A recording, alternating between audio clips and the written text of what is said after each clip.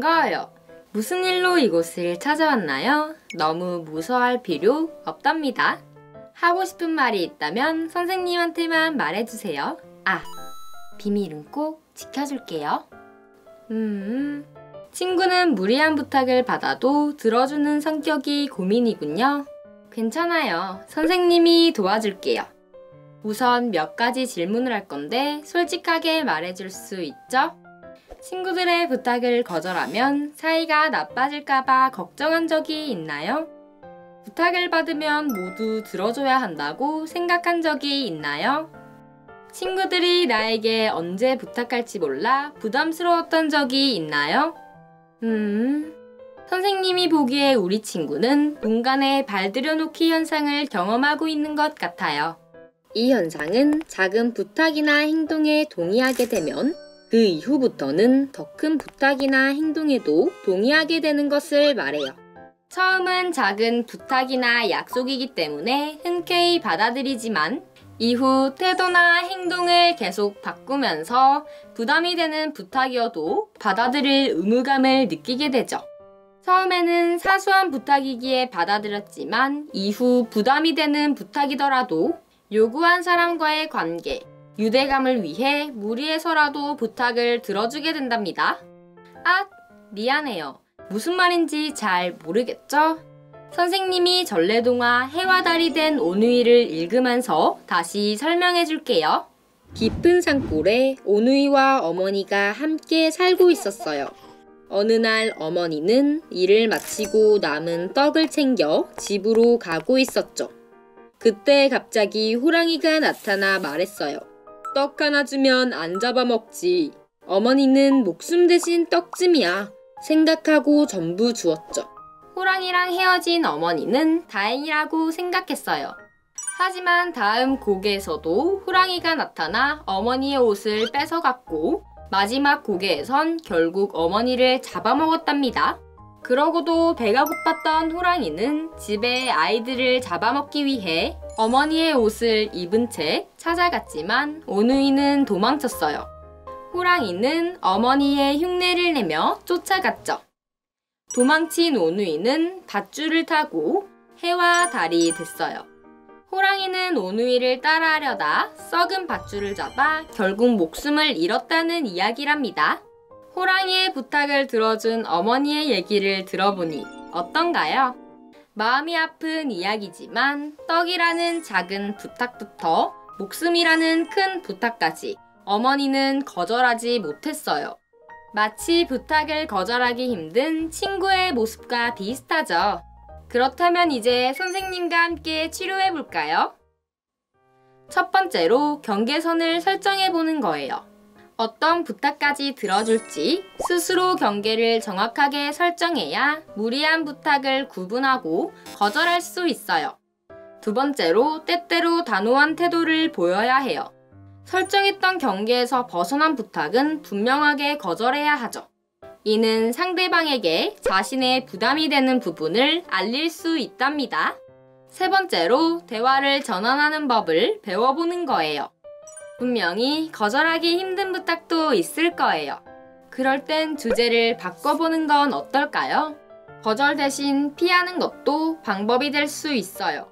선생님이 친구의 의견 표현을 위해 작은 선물을 준비했어요. 바로 해답책이랍니다. 책 안에는 여러 가지 해답이 들어있어요.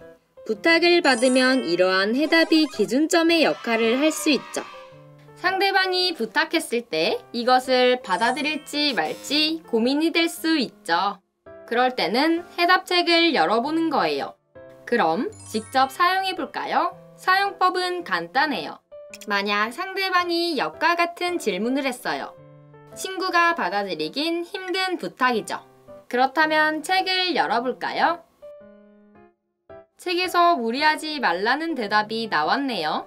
이렇게 거절하기 힘든 부탁을 받았을 땐 해답책을 이용해 보는 것도 좋을 거예요.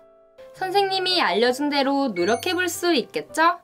받은 선물은 잘 사용하는지 선생님이 다음에 만나면 물어볼 거예요. 앞으로도 비밀 친구가 필요할 땐 언제든지 찾아와도 된답니다. 수고했어요. 안녕!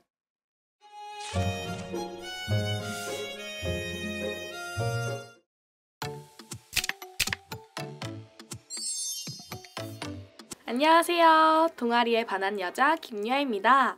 오늘 체험해볼 동아리는 무엇인가요? 바로 CUB입니다. 너무 기대되는데요. 그럼 지금 바로 만나보시죠. 반갑습니다. 자기소개 부탁드릴게요. 안녕하세요. 저는 2024학년도 CUB 45대 실무국장을 맡고 있는 심지연입니다. 먼저 CUB에 관해 몇 가지 질문을 준비했는데요. CUB를 간단하게 소개해 주실 수 있을까요? CUB는 국립창원대학교 방송국의 영문 약자로 대학 언론사 소속 교육방송국입니다. 저희는 영상부, 라디오부, 아나운서부 총 3가지의 부서로 나뉘어져 활동하고 있어요. 저 또한 아나운서부로 활동하고 있는데요. 그렇다면 부서마다 하는 활동에 관해 설명해 주실 수 있을까요? 우선 영상부는 학교 내부의 주요 소식을 담은 뉴스와 교육적 요소를 담은 문화방송을 제작하고 있습니다.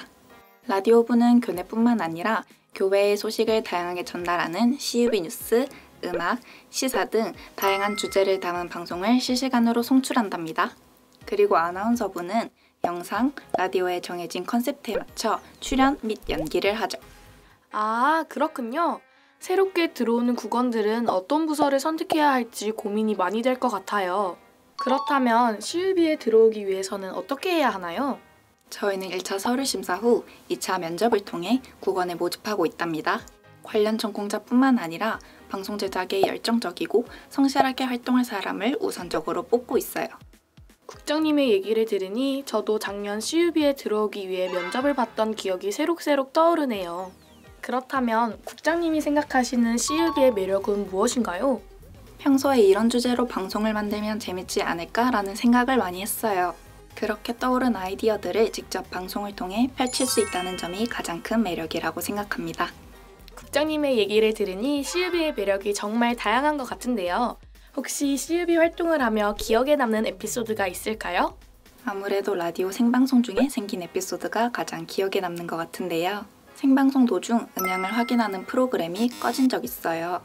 다행히 방송 전에 미리 음악, 마이크의 볼륨을 확인해서 방송 사고로 이어지진 않았답니다. 하지만 생방송이었기에 식은땀이 엄청나게 났던 기억이 있어요. CUB에서만 겪을 수 있는 에피소드를 들으니 더 흥미가 생기는 것 같아요. 그럼 미션을 하러 가보실까요? 오늘 저희가 체험해 볼 것은 라디오 모의 방송입니다. 차근차근 설명해 드릴 테니 잘 따라와 주세요. 라디오 방송은 생방송으로 진행되기 때문에 아나운서와의 호흡을 맞추는 것이 가장 중요해요. 아나운서가 수신호를 확인하는 것과 타이밍에 맞춰 음량을 조절해야 하기 때문에 기술자는 항상 집중해야 하죠. 먼저 라디오 방송에 사용되는 송출 장비와 준비 과정을 알려드릴게요. 라디오 장비는 콘솔이라고 하는데요. 다른 말로 오디오 믹서라고 불러요. 방송을 시작하기 전 콘솔과 연결된 스피커의 전원을 켜야 해요. 그런 다음 콘솔의 뮤트를 풀어주시면 된답니다. 저도 라디오부의 송출 준비를 도와준 기억이 있는데 직접 해보는 건 처음이에요. 이후 음향 확인 프로그램을 켜고 노래가 바뀌는 시간을 계산해 멘트지에 적어주시면 됩니다. 여기서 중요한 점은 프로그램의 사운드바가 노란색의 절반 이상을 넘지 않도록 해야 한답니다. 이렇게 하는 게 맞나요? 네, 맞아요. 다음은 아나운서부와 함께하는 수신호에 대해 알려드릴게요.